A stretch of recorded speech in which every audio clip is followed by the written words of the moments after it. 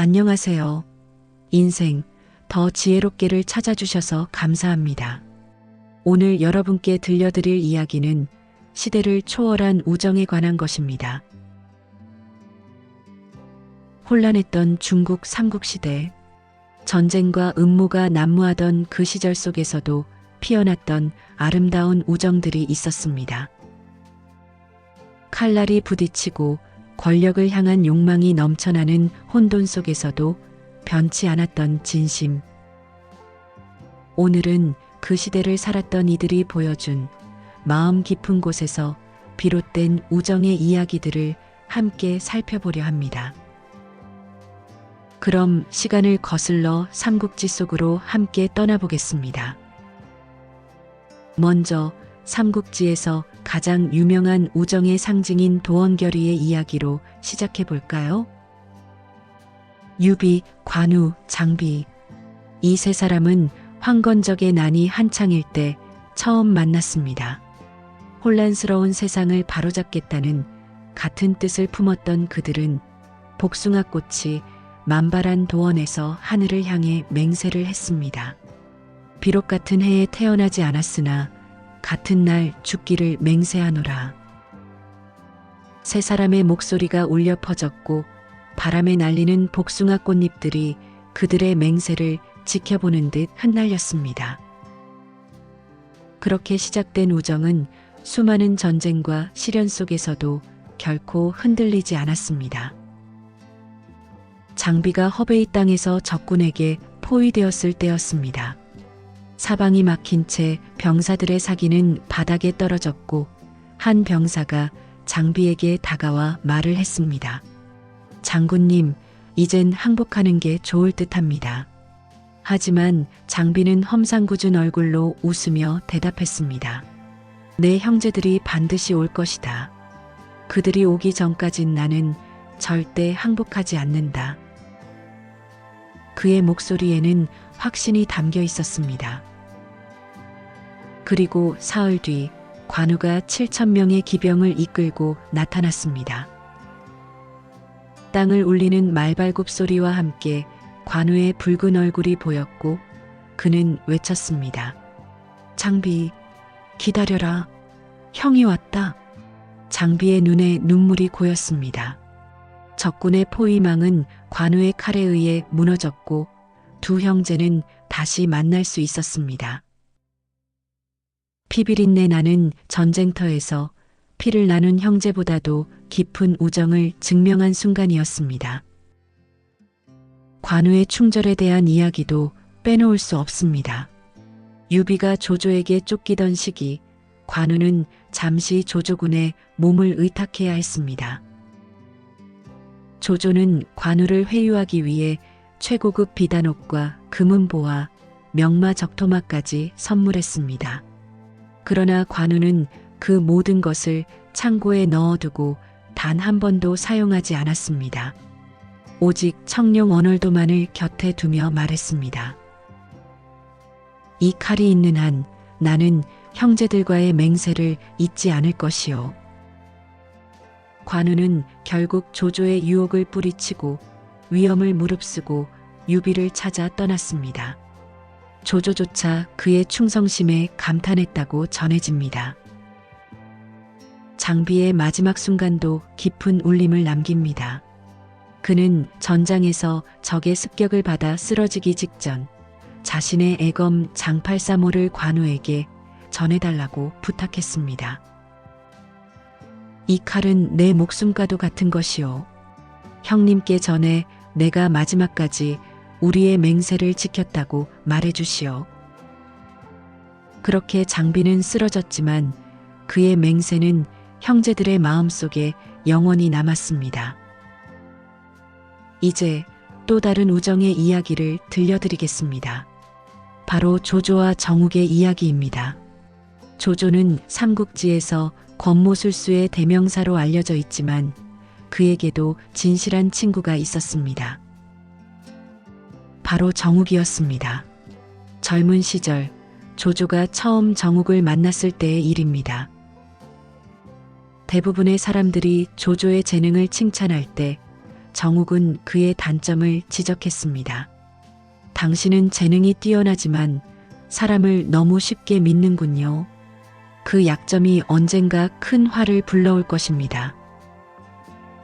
조조는 정욱의 솔직함에 깊은 인상을 받았고 그날 이후 정욱을 가장 신뢰하는 벗으로 삼았습니다. 조조가 권력을 잡고 난 뒤 황제는 조조에게 왕의 지위를 하사하려 했습니다. 많은 신하들이 축하를 보냈지만 정욱은 밤늦게 조조를 찾아와 말했습니다. 왕의 자리를 받으시면 안 됩니다. 지금 백성들은 당신을 신뢰하고 있습니다. 하지만 왕이 되는 순간 그들은 당신을 또 하나의 찬탈자로 볼 것입니다. 조조는 잠시 생각에 잠겼고 곧 자리에서 일어나 정욱의 손을 잡으며 말했습니다. 정욱, 자네가 아니었다면 나는 오늘 큰 실수를 할 뻔했네. 그 믿음은 조조가 병상에 눕게 된 마지막 순간까지도 이어졌습니다.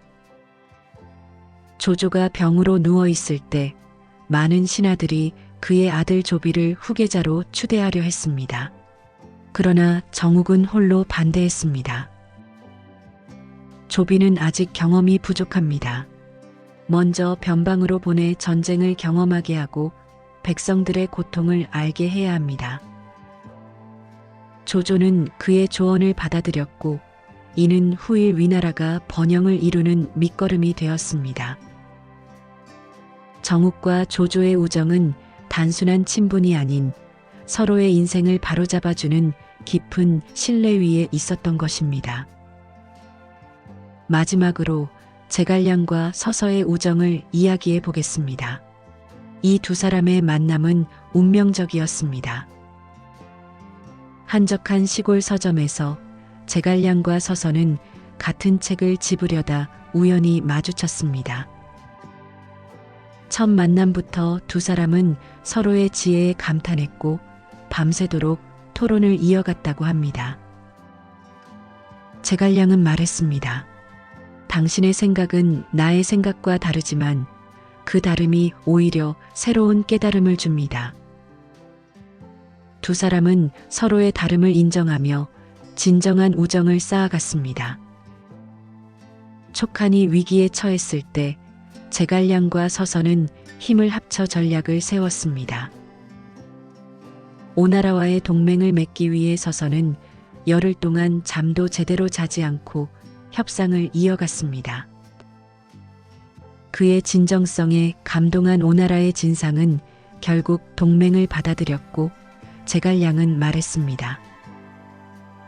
서서의 외교술은 1000명의 군사보다 값졌소.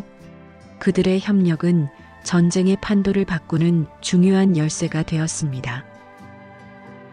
그러나 우정에도 이별은 찾아옵니다. 서서가 병으로 쓰러졌을 때 제갈량은 모든 일을 뒤로하고 그의 곁을 지켰습니다.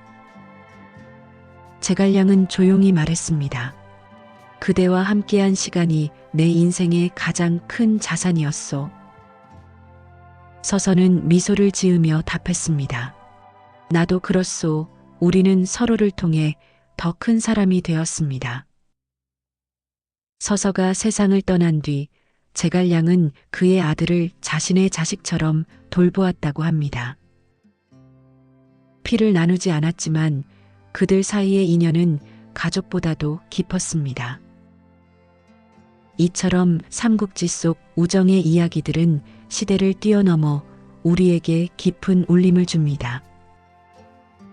유비, 관우, 장비의 이야기는 신뢰의 중요성을, 조조와 정욱의 우정은 진실된 조언의 가치를, 제갈량과 서서의 관계는 서로 다름을 인정하는 지혜를 보여줍니다. 빠르게 흘러가는 세상 속에서 우리는 수많은 사람들과 연결되어 있습니다. 전화번호부에는 수십, 수백 개의 연락처가 저장되어 있고 SNS 친구 목록은 끝없이 길어집니다. 하지만 문득 외로운 순간이 찾아올 때 이렇게 생각해 보게 됩니다.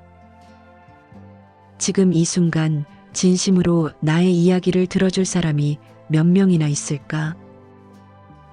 진정한 우정이란 단순히 함께 시간을 보내는 것만을 의미하지 않습니다.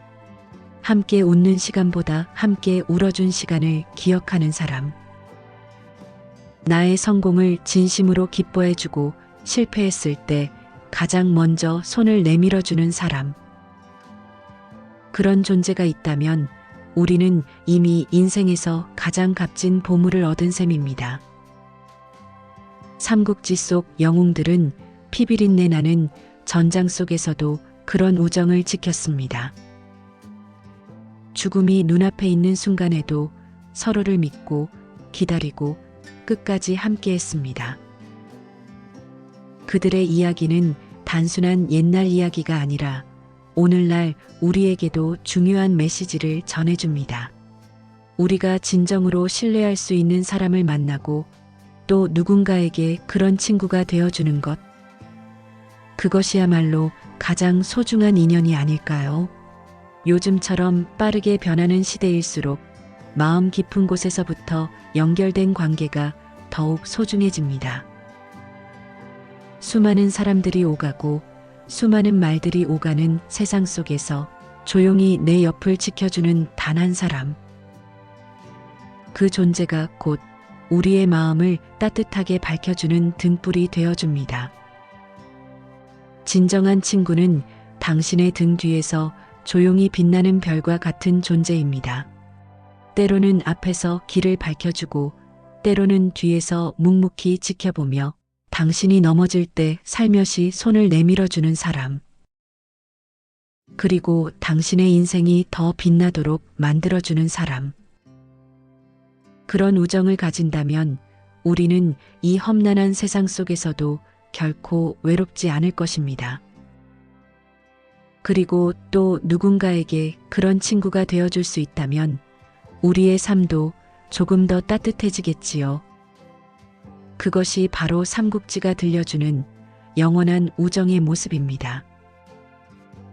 그리고 우리 모두가 가슴 깊이 새겨야 할 삶의 소중한 진실이 아닐까요?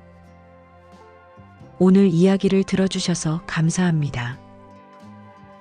여러분 곁에도 언제나 변함없는 우정이 함께하길 바랍니다. 그리고 여러분도 누군가에게 그런 친구가 되어줄 수 있기를 진심으로 바랍니다.